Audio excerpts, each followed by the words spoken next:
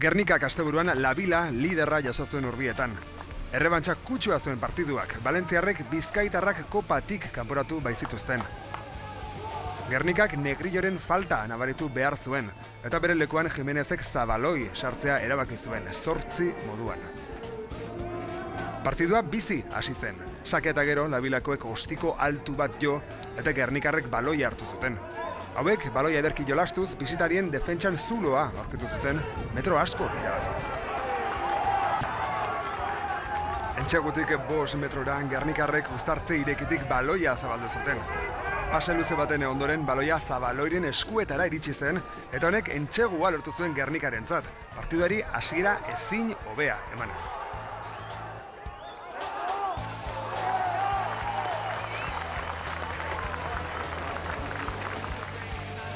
Basurdek pase oso luzeekin jolaste erabaki zuten. La Vilako hegalekoa baloia harrapatzeko zorian egon zen, baina azkenean Zabaloik hartu zuen entxegua eginez. Valentziarrek plakatzea lortu zuten, baina berandu zen ordurako eta etxeko taldeko 8ak baloia marraz bestaldera jarri zuen. Partiduari hasiera bikaina eman zion etxeko taldeak eta gaztetxoenak pozarren zeuden. Gernikak alboko sake bat eskuratu zuen La Vilakoen zelaian. Uztartzetik irten eta ligako aurrelaririk indartsuenetakoak direla erakutsi zuten berriro ere. Denen lanari esker, Ibarburuk entxegua lortu zuen berriro etxekoentzat. Benetan azpimarratzekoa aurtengoan Gernikaren aurrelarien lan bikaina.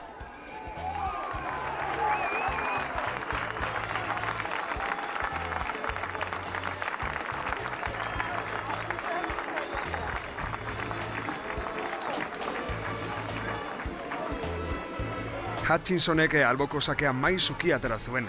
Beherakoan, La Vilakoek defentsa bikaina burutu zuten, eta ondorioz etxekoek ez zuten aurrera egiterik izan.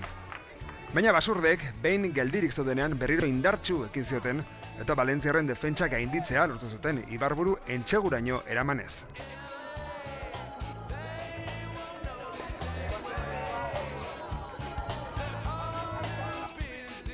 Solernok ez zuen bere eguna izan, eta makiletara begira etzen batere fin ibili joko zabaltzailea.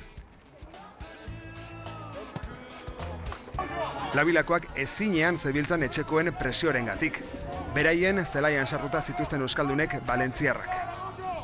Bisitariek behin eta berriz egin zuten topo Gernikaren defentsarekin, eta azkenean presioak bere fruituak eman zituen, zigor kolpe bat adierazi baitzuen Txitxarro epaileak.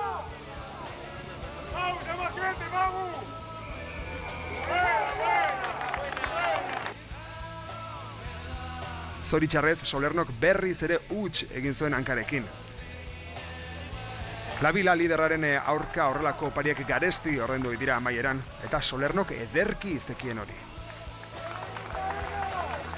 Etxekoak markagaioan aurretik iritsi ziren atxeden aldira, 10-0, baina bigarren zatean haizea aurka izango zuten, eta lan asko egin beharren izango ziren garaipena Urbietan mantendu nahi izanez gero.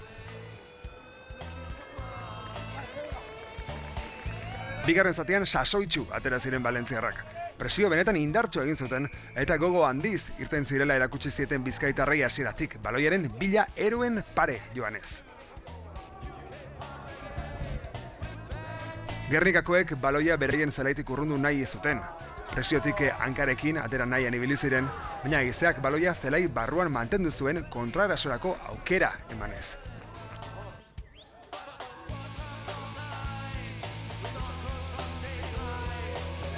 Zelaieko hegalean jokaldi bikaina egin zuten La Vilakoek, baloia eskurik esku ondo mugituz, defentsako jokalariak finkatu ondoren.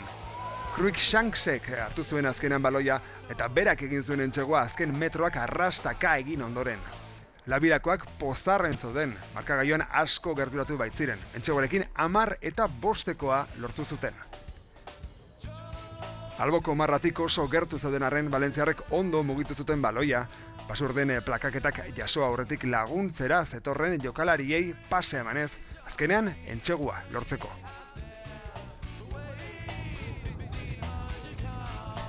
Jimenez eta Negrillo nerbioak airean zebiltzan, zelaiaren alboan minutuak oso luze egiten zitzaizkien bitartean. Eztarria urratu arte oiuka, emaitzari eusteko. Baloia bisitariena zen, valentziarrak beraien jokoa egiten hasi ziren, baloia mantendu eta aurkariaren hutsen zai. Gernikakoek urduri zigor kolpe bat egin zuten, nahiko erdian, eta haizea labilakoen lagun. Gomezek hartu zuen makiletara jaurtitzeko ardura eta denboraldi osoan zehar erakusten ari den segurtasunaz 3 makilen artetik pasarazi zuen baloia. Neurketaren azken minutuetan basurdeak defentsan ari ziren gogor, 10 eta 8 markagailorekin ezin zuten hutsik egin. Baina baloia berreskuratu ezinak zigor kolpe bat egitera eraman zituen Jimenezen mutilak. Ia azken minutuak ziren, eta Gomezek baloiari ostikoa jo eta hagen artetik bidali zuen bere taldea aurretik jarriz 10 eta 11. Basurdek alare azken abagunea izan zuten. Baloia berreskuratu eta 3 laurdenek ederki jolastu zuten. Lehen lerroari iskin egiten lortu zuten, baina labilako atzelariak ondo gelditu zuen erasoa. Epaileak bizkaitarren alde baloia aurreratu bat adierazi zuen, baina jokoa gelditu zenez, etzen gehiagorako denborarik izan.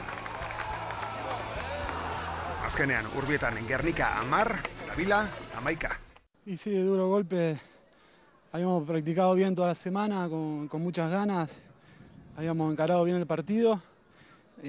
A pesar de las bajas que teníamos, presentamos un buen equipo y bueno, no se nos dieron las cosas, luchamos hasta el final.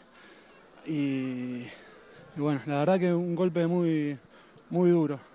Pero bueno, a seguir trabajando y bueno, sabemos que tenemos un gran equipo, un gran plantel y que esto nos va a servir para madurar y para saber definir los partidos cuando lo teníamos que definir, como pasó hoy que no lo definimos. Sí, sabíamos que ellos, los 3 del fondo, son muy buenos, tienen mucha velocidad, pero bueno, se complicó un poco con el viento en contra, que no pudimos sacar las pelotas que teníamos que sacar. Yo creo que ahí fue la clave del partido. Gure aldetik besterik ez, nahi izanez gero hurrengo astean ere izango da errugbiarekin gozatzeko aukera berria. Agur, errugbizale.